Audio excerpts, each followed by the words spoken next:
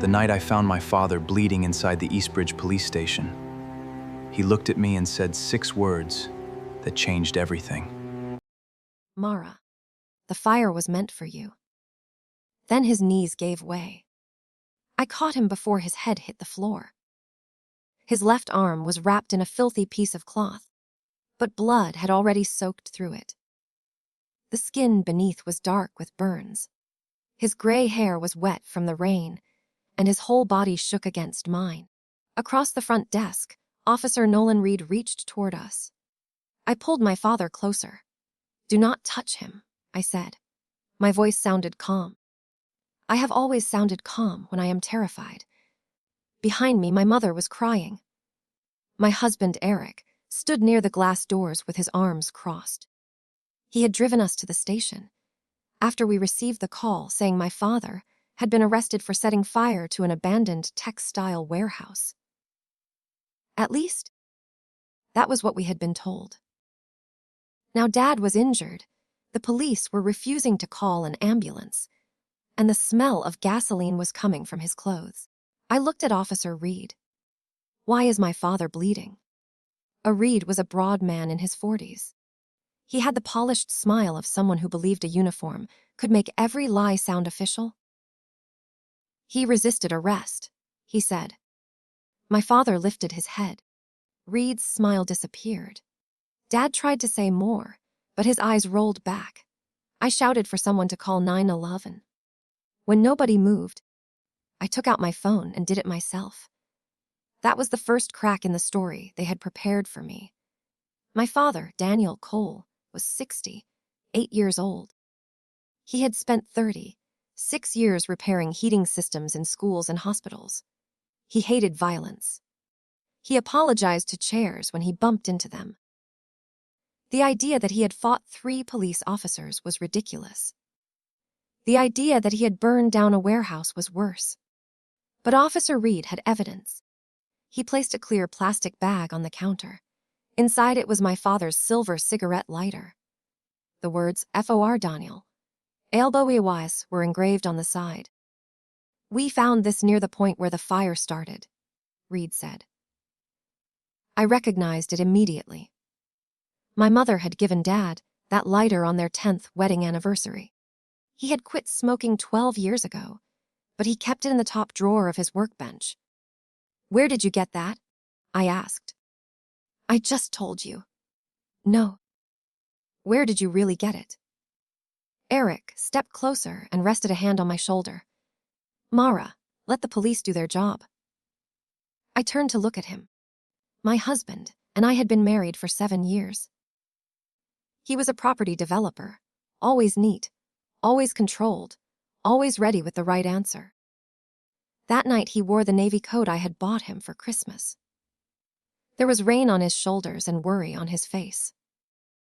But his hand was cold, and beneath the sharp smell of his cologne, I caught another scent. Gasoline. It was only there for a second. Then the station doors opened, and 2 paramedics rushed inside. They placed Dad on a stretcher. As they carried him past me, he caught my wrist. "Locker 27, he whispered. "Bus station." Officer Reed leaned toward us, trying to hear. I squeezed Dad's hand and pretended I had not understood. At the hospital, the doctor said Dad had 2nd-degree burns, 2 cracked ribs, and a deep cut above his right eye. None of those injuries looked like the result of resisting arrest. The burns had been treated with some kind of industrial chemical before we arrived, making them worse. Someone had hurt him on purpose. My mother, Helen, sat beside his bed and prayed under her breath. Eric went to get coffee. The moment he left, Dad opened his eyes. "Listen carefully," he said. I leaned close. He told me that at 8 that evening, he had received a text message from my number. The message said, "I was trapped inside the old Calder textile warehouse on River Street." It said, "I had discovered something about Eric's business and needed help." Dad drove there immediately. When he entered the warehouse, someone hit him from behind. He woke up tied to a metal chair. A hood covered his head. He heard two men talking. One called the other Nolan. Officer Nolan Reed. They poured gasoline around the chair. They pressed Dad's own lighter into his hand. Then they lit a trail of fuel near the loading entrance. They wanted his body found inside. They wanted the police to say he had started the fire and died when it spread too quickly. But Dad escaped. He had kept a small utility blade inside his boot for years. He cut through the rope, burned his arm crossing a wall of flames, and climbed out through a broken office window. A passing patrol car found him, stumbling along River Street. The patrol officer was young and frightened. Instead of taking Dad to the hospital, he called Reed. Reed brought him to the station. Then Reed locked him in an interview room for nearly 2 hours. "Why would Eric want you dead?" I asked. Dad's eyes filled with shame. "Because I found his records." The door opened. Eric came in carrying 3 coffees. Dad closed his eyes and went still. I forced myself to smile at my husband. I thanked him, took the cup, and even kissed his cheek. That was the moment I began lying to Eric. I told him Dad was confused from the pain medication. I said he did not remember what happened. I let Eric hold me while I pretended to cry. But inside, I was counting. My father had been attacked. A police officer had helped hide it. My husband smelled like gasoline. And somewhere inside locker 27 at the Eastbridge bus station, Dad had left me the reason why. Part TW. Ian Tly EM. I went to the bus station just before dawn. I told Eric I was going home to shower. Instead, I parked 2 blocks away, pulled a baseball cap low over my face, and entered through the side doors. Locker 27 was near the women's restroom.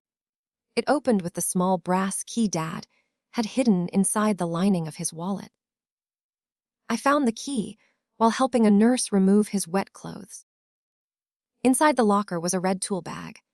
It contained a flash drive, a paper notebook, a cheap prepaid phone, and a photograph of Eric shaking hands with Officer Reed behind City Hall. On the back, Dad had written a date from 9 months earlier. I put everything in my purse and left. As I crossed the parking lot, I noticed a black truck on the opposite side of the street. Its lights were off, but a man sat behind the wheel. I knew that truck. It belonged to Eric's business partner, Vincent Shaw. Vincent and Eric had built half the expensive apartment buildings in Eastbridge. Their company, Shaw Coal Development, carried my married name, but I owned nothing in it. Eric had once told me that mixing marriage with business ruined both. Now I wondered if he had kept me outside the company for another reason. I did not drive home. I went to the office of my oldest friend, Leela Grant. Leela was a forensic accountant. We had met in college, shared a tiny apartment after graduation, and remained close even after our lives moved in different directions. She was blunt, patient, and almost impossible to scare. When I showed her the flash drive, she asked only one question. "Does Eric know you have it?" "No." "Then let us keep it that way." The drive contained financial records for 6 companies. At first, the numbers meant nothing to me. Lila understood them. Shaw Coal Development had purchased old industrial properties at low prices. Weeks later, fires or dangerous chemical leaks had made the surrounding blocks almost worthless. Small homeowners sold in fear. The city condemned buildings. Then Eric and Vincent bought everything through hidden companies and announced luxury developments. They had made millions. The Calder warehouse was different. The city had planned to convert it into affordable housing. The property stood between 2 parcels already owned by Shaw Coal.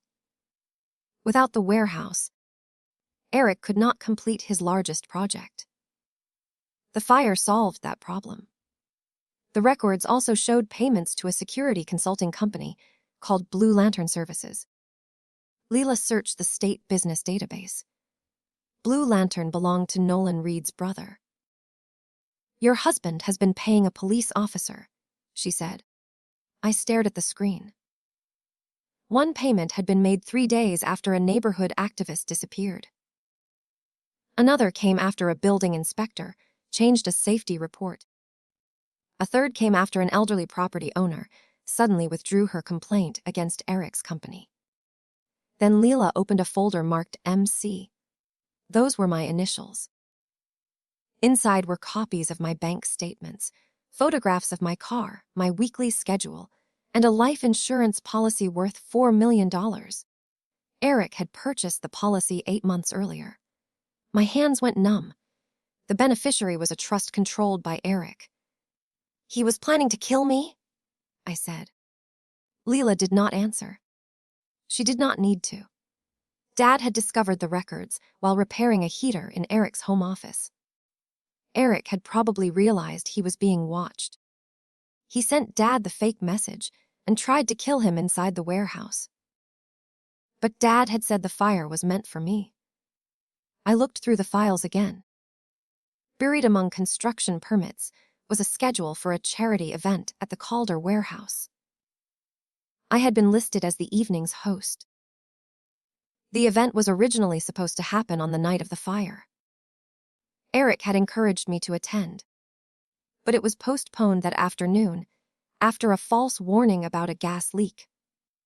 If the event had gone forward, more than 100 people would have been inside. What had changed?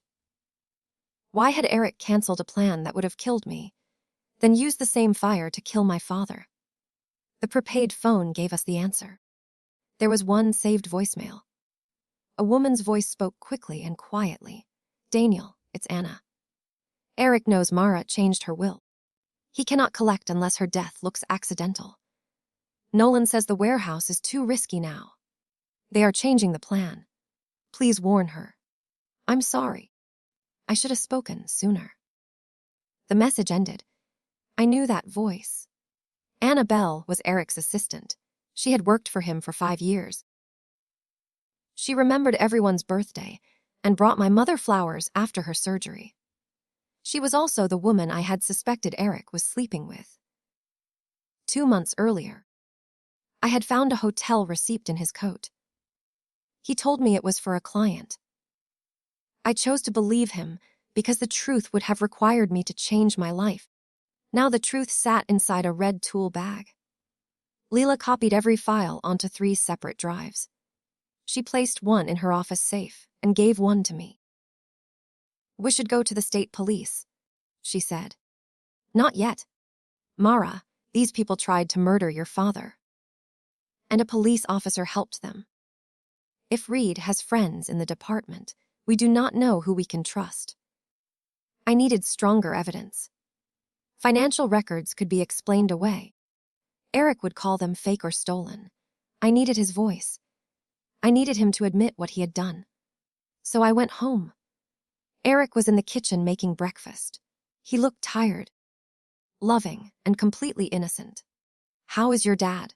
He asked, still confused. The police think he started the fire. I let my face fall. Do you believe them? Eric came around the counter and held me. I believe your father is sick, he said. Maybe he did something he cannot remember. His cheek rested against my hair. I could hear his heart beating. Slow, steady, calm. Officer Reed wants to ask you some questions, he continued. It would be best if you cooperated. Of course. I held him tighter. Over his shoulder, I saw a small black mark near the cuff of his shirt. Ash. That morning, I decided I would not run. I would stay beside the man who had tried to kill my father. I would smile at him. I would sleep in the same house. I would listen while he lied.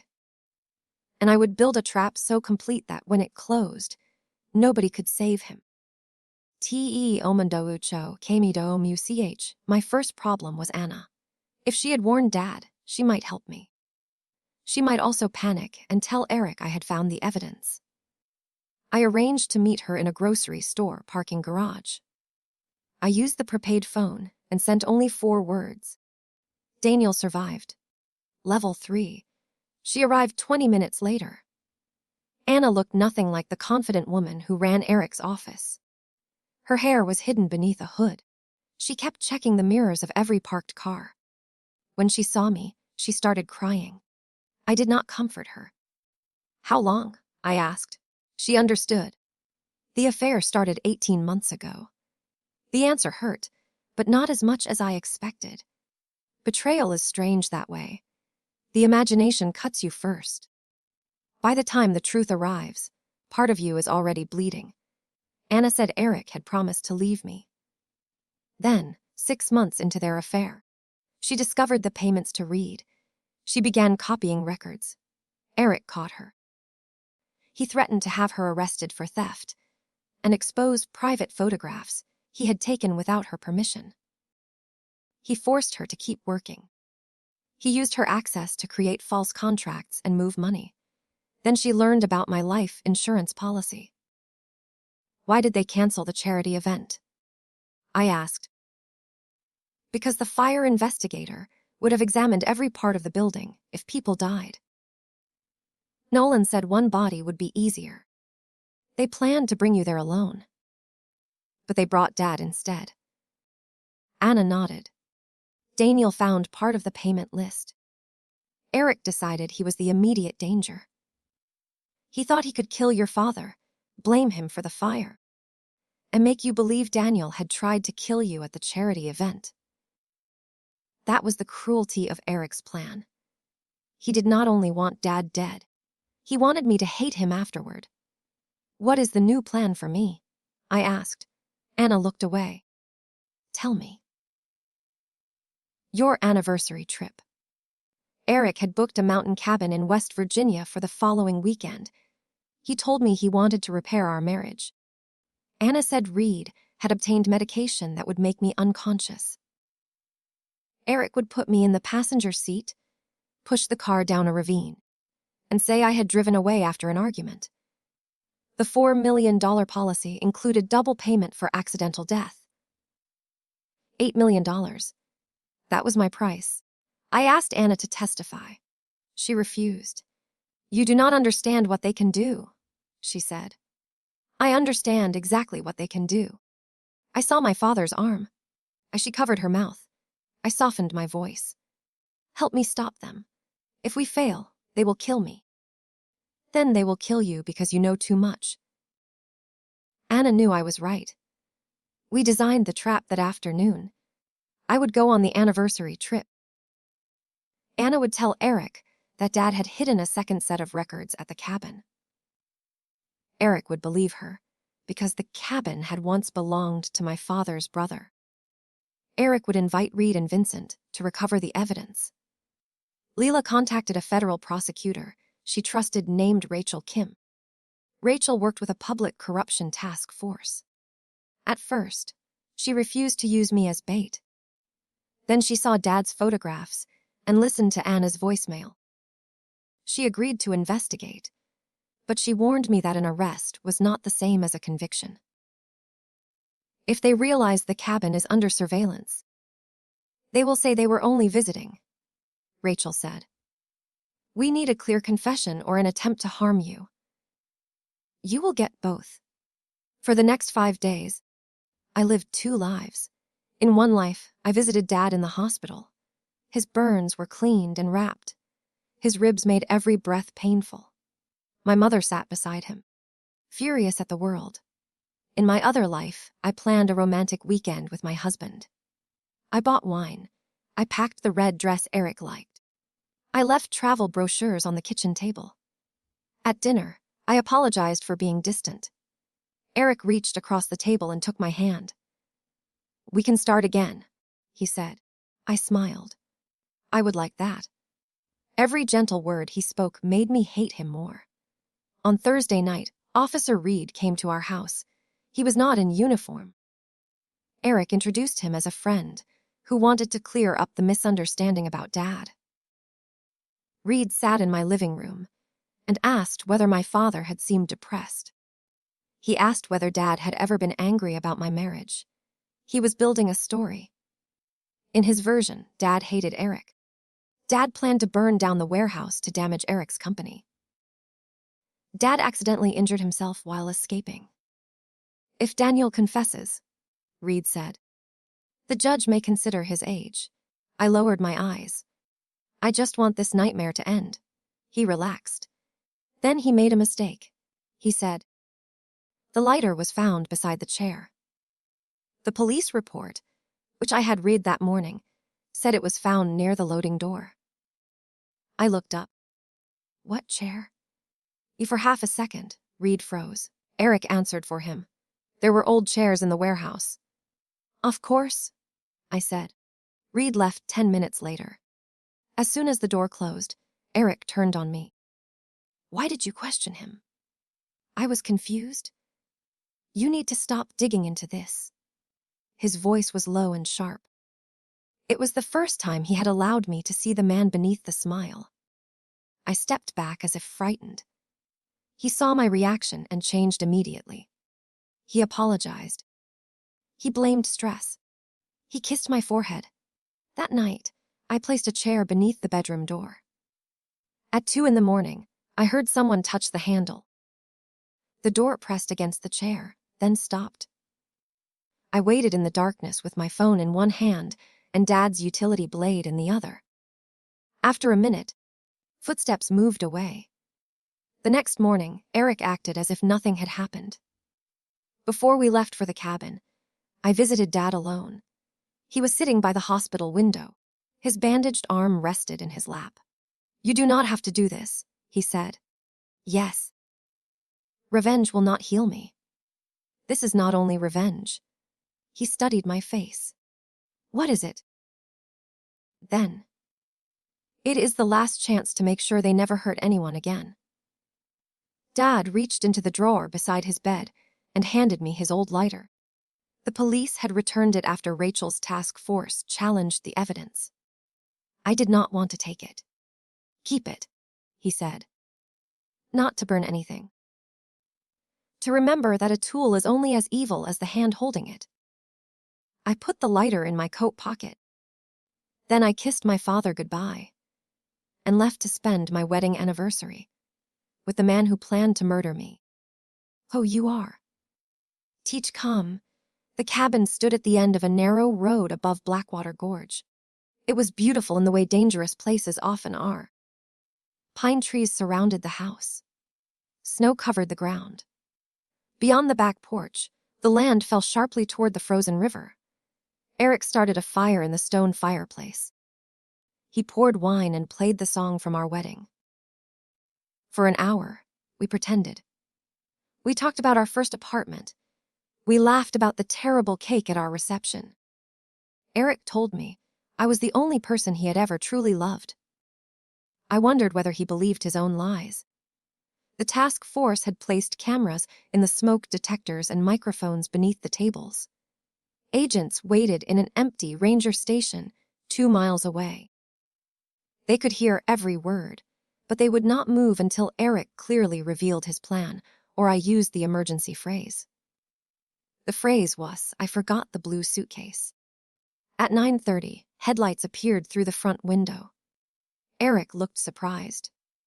Who could that be? He asked. Vincent entered first. Reed followed. Neither man removed his coat. Eric pretended to be angry. Vincent pretended their arrival was an emergency. They said company documents had been stolen and hidden somewhere on the property. I stood beside the fireplace. What documents? Nobody answered. Then Anna walked through the door. That was not part of our plan. Her hands were tied. Reed pushed her into the room and locked the door behind him. Your assistant called me? Reed said to Eric. She tried to make a deal. Eric's face changed. The loving husband disappeared. He slapped Anna so hard she fell against the wall. I moved toward her, but Vincent grabbed my arms. Where are the files? Eric asked Anna. She shook her head. He turned to me. Your father hid them here. Tell me where. Dade has never been inside this cabin. Eric looked at Anna again. He understood. She had lied to bring them there. Reed pulled a small electronic detector from his pocket and began sweeping the walls. My heart stopped. The federal agents had warned us that Reed might search for transmitters.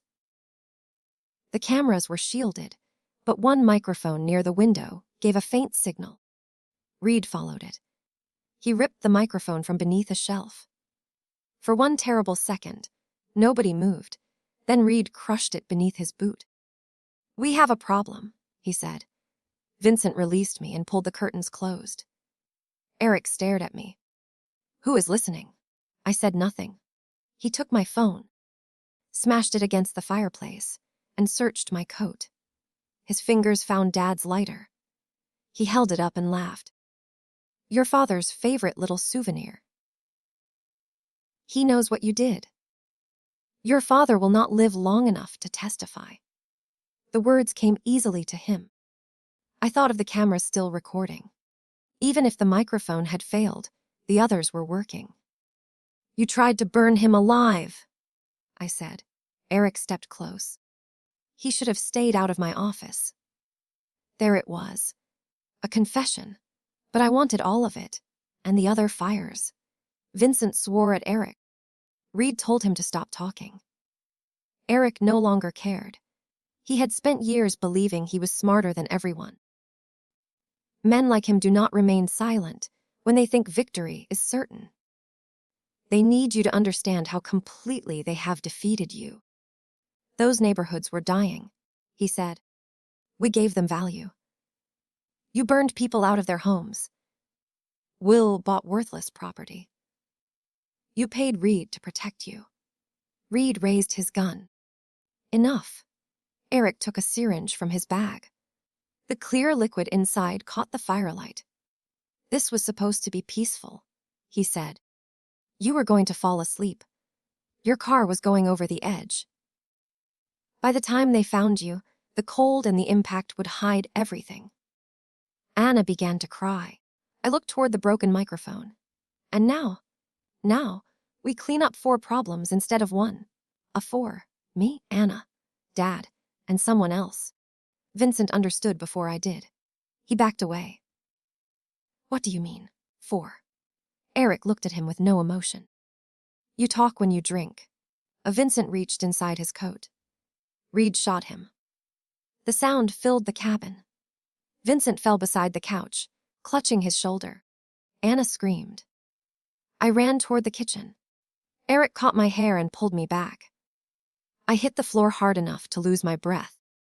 Reed pointed the gun at Anna, while Eric pressed a knee against my back. "Say goodbye, Mara." I turned my face toward the nearest camera.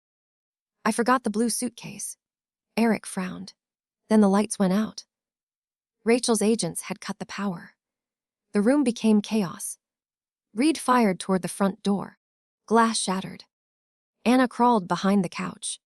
I reached into my coat pocket, but the lighter was gone. Eric still held it. He grabbed me and dragged me toward the back door. Outside, snow stung my face. Eric pulled me toward my car. He still had the syringe in one hand. I fought him. He struck me across the mouth. I fell against the hood. "You ruined everything," he said. "No, Eric. You did." He lunged with the syringe. I moved aside. His hand struck the windshield, and the syringe flew into the snow. I ran toward the tree line. He followed. Behind us, federal agents shouted commands. More shots came from inside the cabin. I could not tell who was firing. The ground near the gorge was hidden beneath fresh snow. I knew there was an old service path to the left, but Eric did not. He caught me at the edge. We fell together.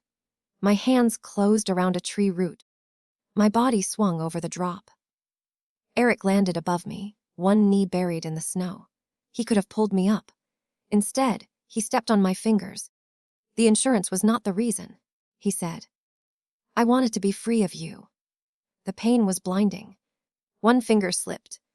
Then another. Eric bent closer. Behind his head, I saw a figure moving through the trees. It was Anna. She held Reed's fallen gun with both hands.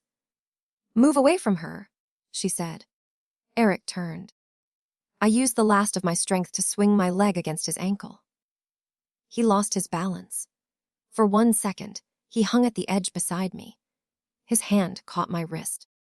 The man who had planned my death stared into my eyes and begged me to save him. I could have let go. Nobody would have blamed me. Part of me wanted to watch him fall. But Dad's words returned. Revenge will not heal me. I locked my other hand around Eric's wrist. "Anna!" I shouted. She dropped the gun and crawled forward. Federal agents reached us seconds later. Together, they pulled all 3 of us away from the edge. Eric lay in the snow, alive and shaking. He looked at me as if my mercy had wounded him more deeply than death. "Why?" he whispered. I wiped blood from my mouth. "Because you do not get to escape the courtroom." Part 5. Teach Lestifier Eric, Reed, and Vincent survived. Anna had shot no one. She had found Reed's gun after an agent wounded him inside the cabin, and she used it only to stop Eric from killing me. The cameras recorded everything. They recorded Eric admitting that he had attacked Dad. They recorded his description of the other fires. They recorded Reed shooting Vincent and Eric explaining how he planned to kill me. The financial records connected them to 11 suspicious fires across 3 states. 7 people had died. One was a night watchman named Samuel Ortiz. Another was a woman named Evelyn Price, who refused to sell the house where she had raised 4 children. Until the investigation, their deaths had been called accidents. They were not accidents. Eric's company had turned suffering into profit, and Officer Reed had turned the law into a weapon. Reporters waited outside the hospital and our home. People who had praised Eric at charity dinners suddenly claimed they had never trusted him. City officials returned his campaign donations. Business partners deleted photographs of themselves standing beside him. I did not care. I cared about Dad. His burns became infected 2 days after the arrests. For 1 long night, his doctors were not sure he would survive. I sat beside him and held his uninjured hand. I told him everything that happened at the cabin. I told him that Eric had begged for his life and that I had helped save him. Dad opened his eyes. "Good," he whispered. I laughed through my tears. "That is all you have to say." "Noke." He took a painful breath. "I am proud of you." My father recovered slowly. The scars on his arm never disappeared. They ran from his wrist to his elbow, raised and uneven. For months, he wore long sleeves so strangers would not stare. Then one summer morning, he rolled up his sleeves and never covered them again. He said scars were not evidence of weakness. They were receipts from battles the body had paid to survive. The trials began 14 months later. Vincent made the first deal. He gave prosecutors the locations of hidden accounts and described every fire he had helped arrange. In exchange, he received 2 years in federal prison. Officer Reed refused a deal. He walked into court wearing a gray suit instead of a uniform. Without the badge, he looked smaller.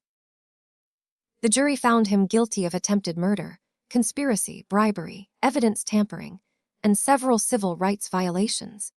The judge sentenced him to life. Before he was taken away, Reed looked at Dad. Dad did not look back. Eric's trial lasted 9 weeks.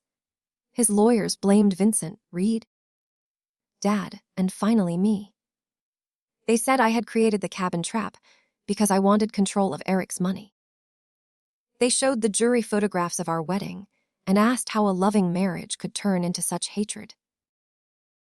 When I testified, Eric watched me every second.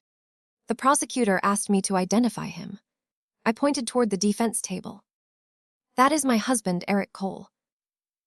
Then I corrected myself. My former husband. I had filed for divorce the morning after the cabin. Eric's lawyer tried to confuse me with dates and numbers. He raised his voice. He suggested Dad had created the records. He said Anna, and I had planned everything because we were jealous of each other. I kept my answers simple. The truth does not become stronger when you decorate it. I told the jury about the fake text message. I told them about Dad tied to the chair. I told them about the smell of gasoline on Eric's coat. I told them about the life insurance policy and the syringe. Then, the prosecutor played the cabin recording. The courtroom heard Eric say, "You were going to fall asleep. Your car was going over the edge." His own voice ended the case. The jury returned after 4 hours. Guilty on every count. Eric received 3 life sentences plus 80 years. The judge allowed the victims' families to speak before sentencing. Evelyn Price's oldest daughter described the home her mother had refused to sell. Samuel Ortiz's son talked about growing up without his father. When my turn came, I stood at the same distance from Eric that I had stood when we exchanged wedding vows. He looked older.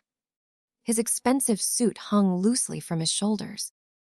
I had prepared a long statement, but I left it on the table. "You believed love made people weak," I said. "You used my love for you to hide your lies. You used my father's love for me to lead him into a fire. You were wrong about love. It is the reason we survived you." Eric looked down. For the first time since I had known him, he had nothing to say. It did not bring back the people who died. It did not erase Dad's scars or my mother's nightmares. It did not return the years Anna lost to fear.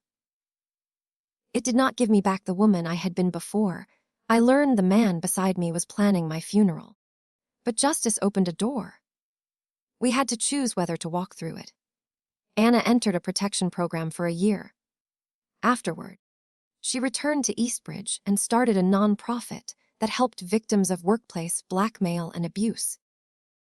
Forgiving her was not immediate. It happened in small pieces.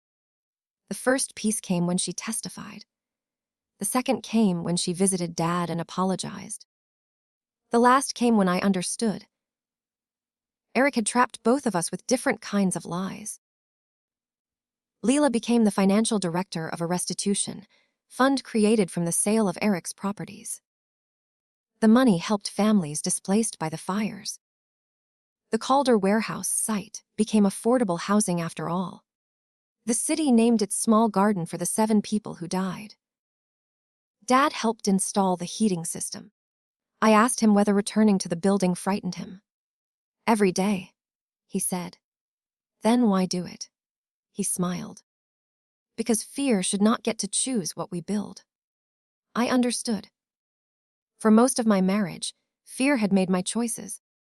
I ignored the hotel receipt because I feared being alone. I accepted Eric's control because I feared conflict. Even after the truth came, I thought revenge meant making him feel the pain he had caused. But standing at the gorge taught me something. Letting Eric fall would have taken 1 second. Making him answer for every life he destroyed took courage, patience, and the strength of many people. Death would have ended his fear. Justice made him live with the truth. 2 years after the trial, Dad and I attended the opening of the new Calder apartments. Families filled the halls. Children ran through rooms that had once been blackened by smoke. Sunlight came through wide windows.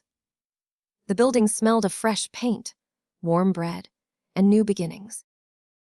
On the ground floor, behind a glass case, the city displayed one object from the investigation. Dad's silver lighter. The plaque did not mention Eric. It did not mention Reed or Vincent. It read as a UDCETUASECT Ray EEE TE Purely of EGUSETT Ray HTO Buyildi Homi. Dad stood beside me with his scared arm uncovered. "Your mother will say the plaque is too dramatic," he said. "Mom cries at coffee commercials." That is true. We laughed. For a moment, I saw us reflected in the glass. I was no longer the frightened woman in the police station. Dad was no longer the injured man leaning on my shoulder. We were still marked by what happened, but we were standing. Outside, A reporter asked whether I felt satisfied that Eric would die in prison. I thought about the word revenge. Once, I believed revenge was a flame. I imagined it hot and violent, destroying the person who had hurt me. I know better now. Real revenge is not becoming cruel enough to resemble your enemy. It is taking everything your enemy tried to destroy and helping it live. Eric wanted my father remembered as an arsonist. Now Dad's name was engraved on the building's dedication wall as the man who helped expose the truth. Eric wanted Anna silent. Now her organization gave other women a voice. Eric wanted families pushed from that neighborhood. Now they had homes no developer could steal. And Eric wanted me dead at the bottom of a gorge. Instead, I stood in the sunlight with my father's hand in mine. That was my revenge. Not his death. My life. And every morning I wake up free, the fire he started burns against him and lights the way forward for me.